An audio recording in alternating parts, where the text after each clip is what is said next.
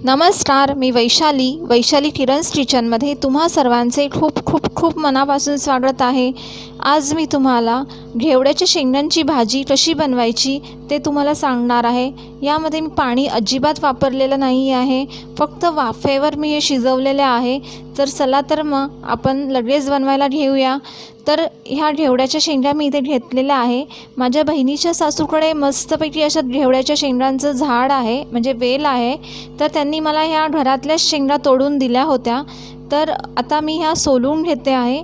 तर सोलताना याच्या अशा शिरा काढून घ्यायच्या सर्वात पहिले दोन्ही साईडचे असे टोक काढून घ्यायचे, तोडून घ्यायचे आणि त्याच्या शिरा अशा काढून घ्यायच्या आणि मग ह्या घेवड्याचे असे हातानेच तुकडे करून घ्यायचे आहे।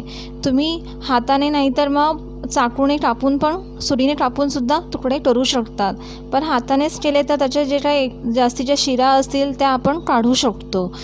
आता हे इथे सर्व शेंगा मी मोडून झालेल्या आहे। आता इथे सर्वात पहिले त्या शेंगा धुवून घ्यायच्या आहे मोडून झाल्यावर, आणि धुवून घेतल्या मी। नंतर एका कढईमध्ये तेल घ्यायचं आहे। तेलामध्ये 1 टीस्पून मोहरी घालायची, 1 टीस्पून जिरे घालायचं आहे, 3 ते 4 हिरव्या मिरच्या घालायच्या आहे तुमच्या आवडीप्रमाणे। नंतर इथे 5 ते 6 लसणाच्या पाकळ्या घालायच्या आहे, तसंच चिमूटभर हिंग घालायचा, 5 ते 6 कढीपत्त्याची पानं घालायची आहे आणि हे सगळं चांगलं तेलामध्ये परतून घ्यायचं आहे। त्यामध्येच आता पाव टीस्पून हळद घालायची आहे आणि पुन्हा एकदा हे सगळं मिक्स करून घ्यायचं आहे। आता यामध्ये जो आपण घेवडा मोडून घेतलेला होता तो यामध्ये घालायचा आहे आणि पुन्हा हा घेवडा यामध्ये चांगला मिक्स करून घ्यायचा आहे।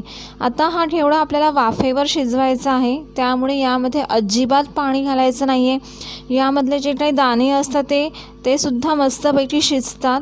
तर यावर झाकण ठेवायचं आहे।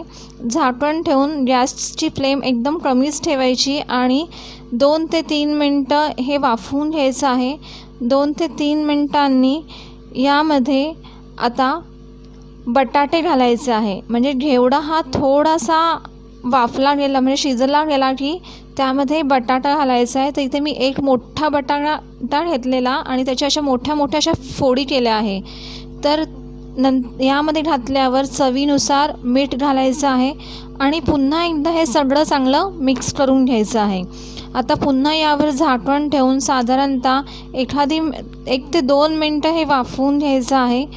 आता इथे 2 मिनटं झाले आहे। आता यामध्ये मी आगरी मसाला घातलेला आहे। तुम्ही कोणता पण मसाला घालू शकतात, नाही घातला तरी चालेल, पण मी इथे माझ्याकडे आगरी मसाला होता थोडासा, तर तो मी यामध्ये घातलेला आहे। आता हे पुन्हा एकदा सगळं मिक्स करून घ्यायचं आहे आणि पुन्हा हा झाकण ठेवून ह्या शेंगा वाफवून घ्यायचा आहे। तर इथे साधारणतः 4 ते 5 मिनटं लागले मला हे वाफवून घ्यायला।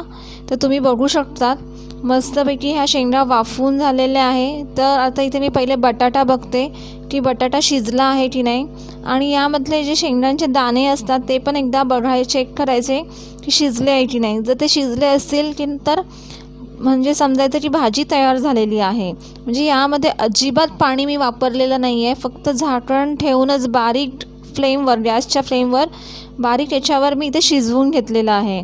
आता यामध्ये भरपूर अशी कोथिंबीर घालायची आणि इथे झाली की मग आपली घेवड्याची मस्तपैकी अशी ही भाजी। तर ही भाजी मस्तपैकी तांदळाच्या भाकरीबरोबर किंवा पोळीबरोबर खूप छान लागते। तर करून बघा एकदा माझ्या पद्धतीने ही भाजी।